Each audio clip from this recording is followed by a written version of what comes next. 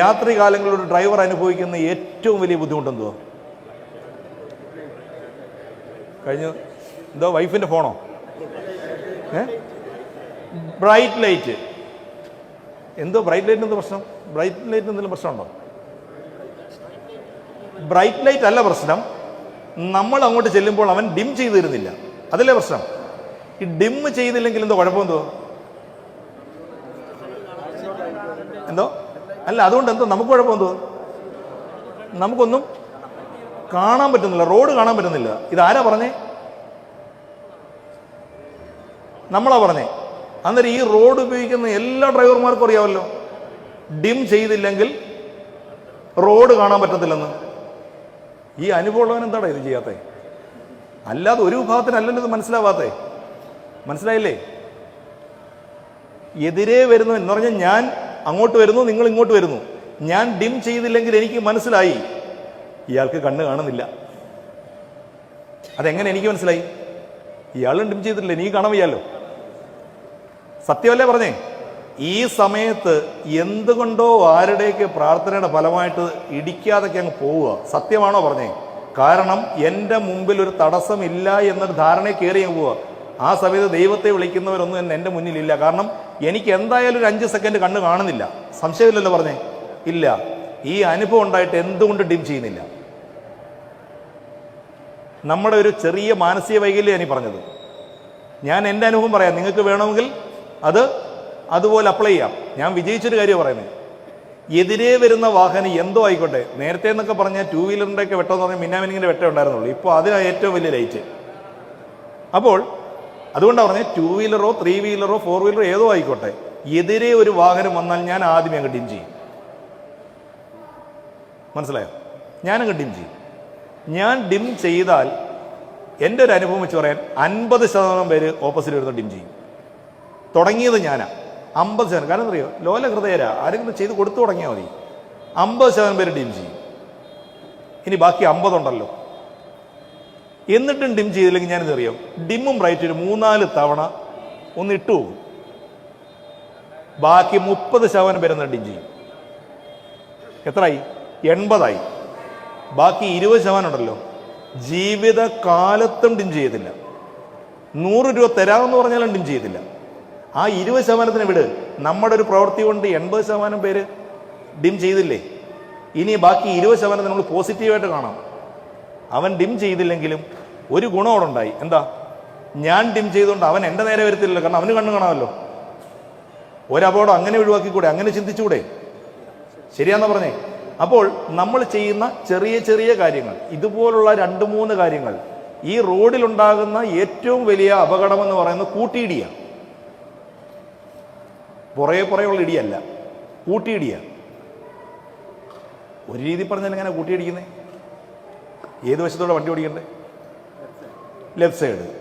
Opposite വരുന്നവന് അന്നേരം എവിടെത്തി? അങ്ങെത്തി. അവൻ ഇങ്ങനെ നോക്കിയാലേ കാണത്തുള്ളൂ നേരെ പോകുന്ന വണ്ടിയിൽ. പക്ഷേ നേർക്ക് നേരെ ഇരിക്കണമെങ്കിൽ ആ ഒരു നിമിഷം 2 പേര് സെൻറ്ററിൽ വന്നു, അല്ലെങ്കിൽ ആരെങ്കിലും ഒരാൾ തെറ്റിച്ചു, അല്ലെങ്കിൽ 2 പേരും തെറ്റിച്ചു. ഇതല്ലേ കാരണം? ശരിയല്ലേ? ഇത് ഒരു ജനറലായിട്ട് ഒരു ഡ്രൈവറോട് പറഞ്ഞു എന്നുള്ളതേ ഉള്ളൂ. ഒരു സ്കൂൾ ബസ്സിലെ കാര്യമാകുമ്പോൾ അതിൻ്റെ പരമാവധി വേഗത എന്ന് പറയുന്നത് 50 km/h നിജപ്പെടുത്തിയിട്ടുണ്ട്. സ്കൂൾ സോണിലാണെങ്കിൽ അത് 30 km കുറച്ചിട്ടുണ്ട്. കാരണം റോഡിൽ ഓടുന്നതിൽ ഏറ്റവും കുറച്ച് സ്പീഡിൽ ഓടുന്ന വാഹനമാണ് സ്കൂൾ ബസ്. അതിന് കാരണം കുട്ടികളുടെ സുരക്ഷിതത്വത്തിന് വേണ്ടിയിട്ടാണ് അത് ചെയ്തിരിക്കുന്നത്. 12 വയസ്സിൽ താഴെയുള്ള കുട്ടികളാണെങ്കിൽ ഒരു സീറ്റിൽ 2 കുട്ടികൾക്ക് വീതം ഇരിക്കാം. അതല്ല എങ്കിൽ ഒരു സീറ്റിൽ 1 കുട്ടിയാണ് വരുന്നത്. അതിനകത്തെ ഒരുപാട് നിയമവശങ്ങളിലേക്കൊന്നും ഞാൻ പോകുന്നില്ല. നമ്മൾ ഓടിക്കുന്ന വാഹനം അതിൻ്റെ RC ബുക്ക് നോക്കണം. 3 ക്ലാസ്സിലാണ് നമുക്ക് വാഹനം ഉള്ളത്. ഒന്ന് light motor vehicle, medium motor vehicle, heavy motor vehicle. അതിനകത്തെ ലൈറ്റ് മോട്ടോർ വെഹിക്കിൾ എന്ന് പറയുന്ന വാഹനം അത് സീറ്റിംഗ് കപ്പാസിറ്റി അനുസരിച്ചിട്ടാണ് പറഞ്ഞിരിക്കുന്നത്. അതിനകത്തെ ലൈറ്റ് മോട്ടോർ വെഹിക്കിൾ ആണ് എങ്കിൽ പുറങ്ങി വരെ ഉണത്താൻ ഇടയ്ക്കിടയ്ക്ക് ചെയ്യാൻ ഞാൻ പറഞ്ഞിട്ടുള്ളതാണ്. അതുകൊണ്ട് അങ്ങോട്ട് നോക്കണ്ട. അപ്പോൾ ഇതിനകത്ത് ലൈറ്റ് മോട്ടോർ വെഹിക്കിൾ ആണെങ്കിൽ നമ്മുടെ ലൈസൻസിൽ ലൈറ്റ് മോട്ടോർ വെഹിക്കിളിൻ്റെ ലൈസൻസ് മാത്രം മതി. ബാഡ്ജ് എന്ന് പറയുന്നൊരു സംവിധാനം ഇപ്പോൾ ഇല്ല. ചിലർ ബാഡ്ജ് പുതുക്കാൻ വരുന്ന പരിപാടിയുണ്ട്. ബാഡ്ജ് എന്ന് പറയുന്ന പരിപാടിയേ ഇല്ല. ലൈറ്റ് മോട്ടോർ വെഹിക്കിളിൻ്റെ ലൈസൻസ് ഉണ്ടെങ്കിൽ നിങ്ങൾക്ക് ഓട്ടോറിക്ഷ ഓടിക്കാം, ടെമ്പോ ട്രാവലർ ഓടിക്കാം, ചെറിയ ലോറികൾ ഓടിക്കാം. മനസ്സിലായല്ലോ? അതിലെല്ലാം LMV എന്നായിരിക്കണം എഴുതിയിരിക്കുന്നത്. LMV ടിപ്പർ ഓടിക്കാം. മനസ്സിലായോ? LMV ഗുഡ്സ് ഓടിക്കാം. അതിനൊക്കെ നേരത്തെ ബാഡ്ജ് വേണമായിരുന്നു. അതുകൊണ്ട് പറഞ്ഞാണ് ലൈറ്റ് മോട്ടോർ വെഹിക്കിൾ എന്ന് പറയുന്ന LMV ലൈസൻസ് ഉള്ളവർക്ക് LMV ക്ലാസ്സിലുള്ള ഏത് വാഹനം ഓടിക്കാം. ഇത് കഴിഞ്ഞാൽ പിന്നെ അടുത്ത ക്ലാസ് ഏതാണെന്നറിയോ? ഹെവിയാണ്. ആ ഹെവിക്ക് വേണ്ടി മാത്രമാണ് ബാഡ്ജ്. ഹെവി ലൈസൻസ് ഉള്ളവർ മാത്രമേ മീഡിയം വെഹിക്കിൾ ഓടിക്കാവൂ. മനസ്സിലായല്ലോ?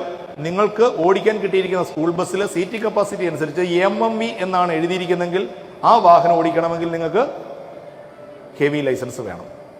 അപ്പോൾ ഹെവി ഉള്ള ആൾക്ക് എത്ര വർഷം എക്സ്പീരിയൻസ് ഉണ്ടാവണം? 5 വർഷത്തെ എക്സ്പീരിയൻസ് ഉണ്ടാവണം.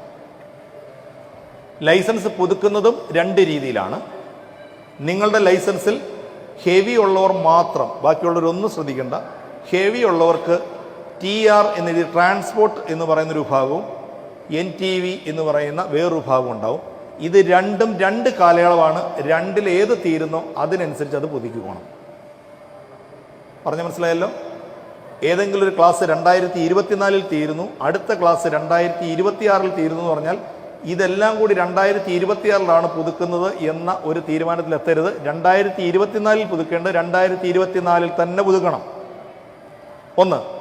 രണ്ടാമത്, നേരത്തെ ലൈസൻസ് റിന്യൂ ചെയ്യുന്നത് ലൈസൻസ് തീർന്ന് 30 ദിവസം അതിന് ഗ്രേസ് പീരീഡ് ആയിരുന്നു. അതിനകത്ത് വിത്തൗട്ട് ഫൈനിൽ നമുക്ക് പുതുക്കാൻ സാധിക്കുമായിരുന്നു. എന്നാൽ ഇപ്പോൾ ലൈസൻസിൻ്റെ രീതി എന്ന് പറഞ്ഞാൽ ലൈസൻസ് തീർന്ന് 364 ദിവസം, 1 വർഷം വരെ ഗ്രേസ് പീരീഡാണ്. ഫൈനില്ല. ഫൈനില്ലാതെ തന്നെ പുതുക്കാം. പക്ഷെ ഒരു പ്രശ്നമുണ്ട്. ഇന്ന് രാത്രി ലൈസൻസിൻ്റെ കാലാവധി അവസാനിച്ചാൽ നാളെ മുതൽ ലൈസൻസിന് യാതൊരു വാലിഡിറ്റിയും ഇല്ല. മനസ്സിലായോ? 30 ദിവസം ഗ്രേസ് പീരീഡ് ഉണ്ട് എന്ന് പറഞ്ഞ് ഇപ്പോഴും പോക്കറ്റിൽ വെച്ചുകൊണ്ട് ഡ്രൈവ് ചെയ്യുന്ന നിങ്ങളോ അല്ലെങ്കിൽ മറ്റുള്ളവരോ ശ്രദ്ധിക്കാൻ വേണ്ടി പറഞ്ഞതാണ്. ലൈസൻസിൻ്റെ കാലാവധി ഇന്ന് തീർന്നാൽ, ഇപ്പോൾ ആരും എടുത്ത് നോക്കണ്ട, ഇത് കഴിഞ്ഞ് നമുക്ക് നോക്കാം. ലൈസൻസിൻ്റെ കാലാവധി ഇന്ന് തീർന്നാൽ ഇന്നോടുകൂടി തീർന്നു. അത് നോൺ ട്രാൻസ്പോർട്ടിൻ്റെ തീർന്നാലും ട്രാൻസ്പോർട്ടിൻ്റെ തീർന്നാലും തീരുന്നതിൻ്റെ അന്ന് തീർന്നു. സംഭവം മനസ്സിലായല്ലോ? അല്ലാതെ അതിനൊരു ഗ്രേസ് പീരീഡ് ഇല്ല. 1 വർഷം വരെ കാലാവധി കഴിഞ്ഞാൽ പിന്നെ 1 വർഷത്തേക്ക് 1000 രൂപ ഫൈനും വാഹനം 1 പ്രാവശ്യം കൂടി റോഡിൽ ഓടിച്ചു കാണിക്കണം. ഇതാണ് ലൈസൻസിനെ സംബന്ധിച്ച് ഇപ്പോൾ പറയാനുള്ളത്.